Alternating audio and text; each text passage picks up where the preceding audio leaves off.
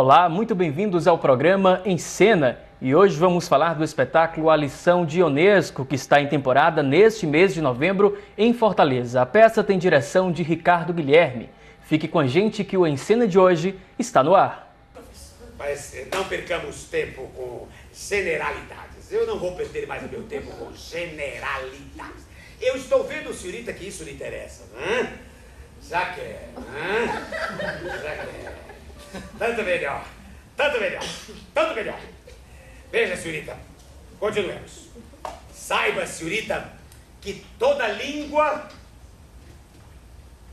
Lembre-se disso. E temos a ilustre presença aqui no estúdio de Ricardo Guilherme, que é ator, dramaturgo, diretor teatral e tem mais de 40 anos de atividade, né, na trajetória nacional e internacional. Então é difícil resumir aqui, né, apresentar um pouquinho desse extenso currículo seu, Ricardo Guilherme. Obrigado pela participação aqui no Em Cena de hoje.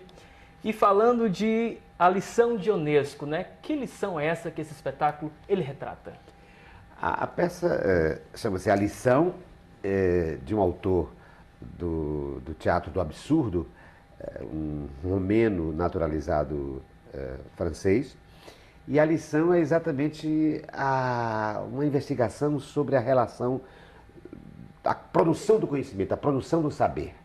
É uma relação entre uma aluna e um professor. Mas, na verdade, o pano de fundo, assim, a aura que cerca essa relação é a discussão sobre como é que o conhecimento se produz, onde é que o raciocínio se estabelece, onde é que a memória se estabelece. Mas é um embate, na verdade, um embate entre o conhecimento livresco, a racionalidade pura, desprovida de emoção, desprovida de sensibilidade. A aluna seria o símbolo da natureza e o professor seria o símbolo da cultura, ou seja, o trabalho do ser humano sobre a natureza. Inclusive, esse conhecimento, esse raciocínio, ele deságua aí numa tragédia na peça, né? Nesse contexto. É como se fosse assim um tsunami do professor em relação à aluna. Ele é avassalador o assédio que ele faz em relação à mente da aluna. É quase uma manipulação da mente da aluna. Mas, e ele acaba assassinando a aluna, a orientanda. Mas, na verdade, o assassinato é simbólico na peça, né? Não é um assassinato físico. É o assassinato de fazer com que as coisas percam... ela morre, na verdade, porque as coisas perdem a sua natureza, a sua naturalidade. Eu costumo dizer que a peça é um embate entre o mundo sensível, quer dizer, o mundo carnal, né? E o mundo do significante, o embate entre o significado e o significante. Para o professor, as coisas são apenas palavras, são apenas códigos, né? E para a aluna, as coisas têm significado, agregam valores humanos, né? Tem humanismo. Então, na verdade, é a morte do humanismo em função de um conhecimento racional, matemático. E parece que nessa questão há um questionamento mesmo sobre a formação acadêmica, né? Aquela de apenas se obter o diploma e que realmente há um vazio aí no saber, no conhecimento. Essa questão, sim, ela vem à tona, esse vazio existencial? Vem à tona a institucionalização do saber, não só na academia, no sentido da universidade, no campo da universidade, mas no sentido amplo, né? Na verdade, é uma peça política também, sobre uma mentalidade, essa desumanização do homem, né? Essa desumanização do ser humano. A peça é sobre essa desumanização. Dor de dentes? Não vou parar a aula por tão pouca coisa. Isso não tem a menor importância, não tem a menor importância. Não vamos parar a minha aula por causa do dor de dentes. Não. De passagem, eu chamo a sua atenção para as consoantes que mudam de natureza quando ligadas. Os FF tornam-se BB, o GG, QQ, os QQ, KK e vice-versa. Como nos seguintes exemplos. Peru recheado. As crianças. Idade média. Paparicando. Continuemos. Eu disse, continuemos! Tenho dor. De dentes, continuemos. Continuemos. Certo. Qual o segredo, né, de uma história como essa, que faz essa reflexão e é bem contada? Qual a chave disso tudo? A peça é uma tragicomédia, então, apesar desse tema tão árido, né, e às vezes até formal, esquemático, na verdade é uma peça saudável de se ver, porque é cheio de humor, e a peça, acho que é o grande segredo, é que ela não... Ela é uma demonstração, né, uma demonstração de uma crueza extraordinária dessa relação entre professor e aluno. É um espetáculo cômico, mas que tem também a tragédia como pano de fundo? Exato, porque é uma avalanche que o professor faz em relação à aluna. Ele destrói, ela vem com toda a sua carga de emoção, ela é só um feixe de emoção e ele é só um feixe da não emoção. Ele é só racionalidade e ela é só emoção. É tanto que ela tem dificuldades de lidar com ele, porque ela é como se ela fosse aquele menino lobo do mito. Ela é só pureza, ela não está preparada para a civilização, entende? E o processo civilizatório pelo qual ela passa durante o espetáculo é destruidor, é sim um assassinato. O que é que significa, no caso, estar atualizado, né, para a Ionesco? Eu sei que essa história de atualização há um sentido nessa peça, nesse texto. O Ionesco tem uma frase emblemática que eu acho que serve para todos nós, para os jornalismos, para as artes, que é estar... É preciso... Não basta estar atualizado, né? Não basta estar atual, é preciso estar à frente das coisas. Eu costumo dizer que um artista tem que estar em 3 lugares ao mesmo tempo. À frente, ao lado e atrás do seu tempo e do seu povo, né? Atrás no sentido de estar linkado com o passado, saber de onde viemos, né? Ao lado, no sentido de estar solidário com o seu povo e com o seu tempo e sensível às questões da atualidade, e à frente no sentido de apontar caminhos, às vezes caminhos que o próprio artista desconhece, mas que a arte permite que se faça um laboratório desse devir, né? Então a peça, nesse sentido, é mais que atual, porque ela investiga até o processo de conhecimento das novas mídias. Durante a peça, nós temos o texto da peça, é uma peça para ser lida também, para ser lida e para ser vivida. A peça faz um embate entre a vida e a codificação da vida. Então nós temos o texto da peça disponível em projeção para o público e, ao mesmo tempo, o texto falado, o texto palavra e o texto fala, entende? Nós fazemos esse confronto entre esses dois mundos, o mundo da codificação... Esse texto de Unesco é de quando, no caso, para poder acontecer essa atualização, né? O Depois texto é de 1951, 1950, portanto, a internet já tinha aí, porque a internet é fruto de pesquisas do pós-guerra, né? Sim. Ou durante a Segunda Guerra Mundial. Mas ela não era ainda um fenômeno, um acontecimento. Então, agora nós atualizamos. A peça, o professor, por exemplo, só anda sobre livros, né?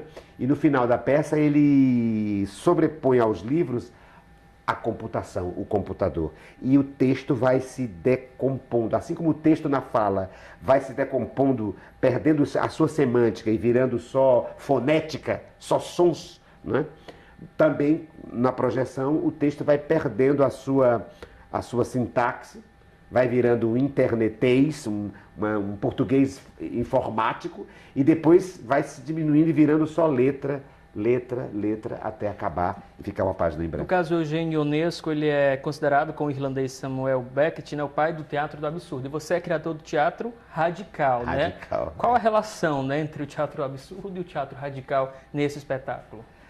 O teatro radical é uma poética que se aplica a qualquer estilo, a qualquer escola, né, de entendimento. É uma poética, é uma metodologia, né, aplicada ao teatro. E nós trabalhamos ali com ações, que a gente chama de ações fundamentais, que vão se repetindo. Trabalhamos com o princípio da criação, da repetição criativa. Repetição criativa. Você tem o mesmo núcleo de ação, essas ações vão sendo repetidas, mas acrescentadas diversas nuances. No caso do absurdo, o absurdo trabalha exatamente com ações muito minimalistas. Eu acho que o que há, respondendo objetivamente a sua pergunta, uma das fontes de ligação aí entre o teatro absurdo e o teatro radical é que ambos trabalham com ações minimalistas, ou seja, potencializar o mínimo, né? Pôr uma lente de aumento naquilo que é menor, né? E o Beckett, por exemplo, no Esperando Godot, por exemplo, é uma situação só durante toda a peça. Dois mendigos esperando a chegada de alguém que nunca vem, que é o Godot, né? Na lição você tem uma só ação, um professor dando uma aula numa só uma cadeira, numa só disciplina.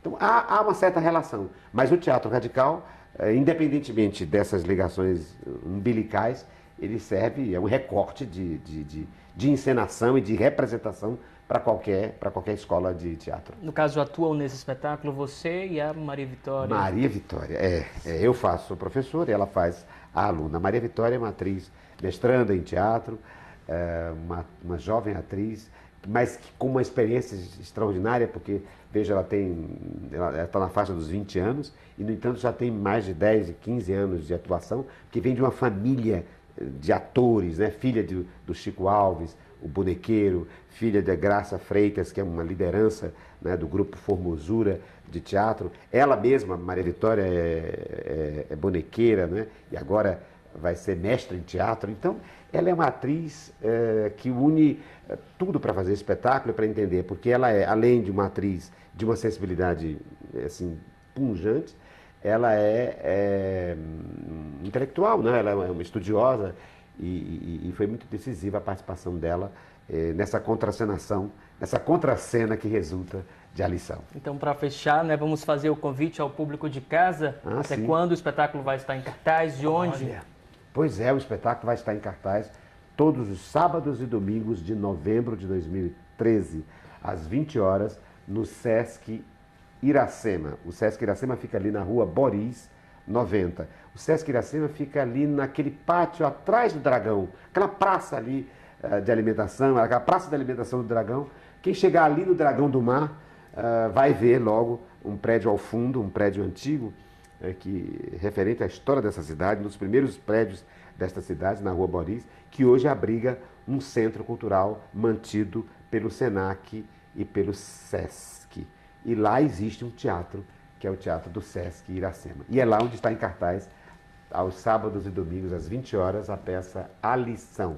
Então, para quem ficou interessado aí, feito o convite pelo grande Ricardo Guilherme. Com ingressos populares.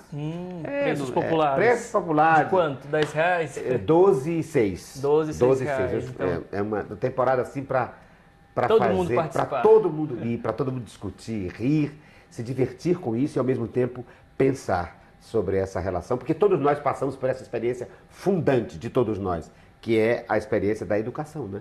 Com certeza. Formal ou informal. Sim, com certeza. Todos nós passamos pela lição. Quem sai de lá, além de se divertir muito ao ver o espetáculo, também vai sair com grandes lições, talvez, de conhecimento, Sim, né? De raciocínio, de aprendizado. Ok, muito obrigado Ricardo Guilherme, pela participação na Encena. Obrigado Tudo de a vocês. bom, tá? O espaço está aberto também para outros trabalhos seus aqui. Obrigado. Ok?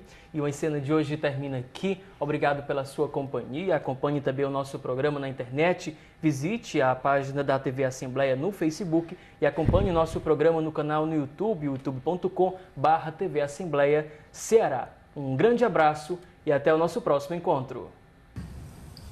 Senhorita. Senhorita. Senhorita. Senhorita. Levante-se. Levantem-se! Levante-se, senhor. Levantem-se! Vamos, senhorita. Vamos! Levantem-se. Vamos, senhorita. Vamos! Vamos! A lição acabou. Pode ir embora. Podem ir embora. Senhorita. Senhorita, levante-se. Senhorita, levante-se. Senhorita, levante-se. Senhorita, a lição acabou.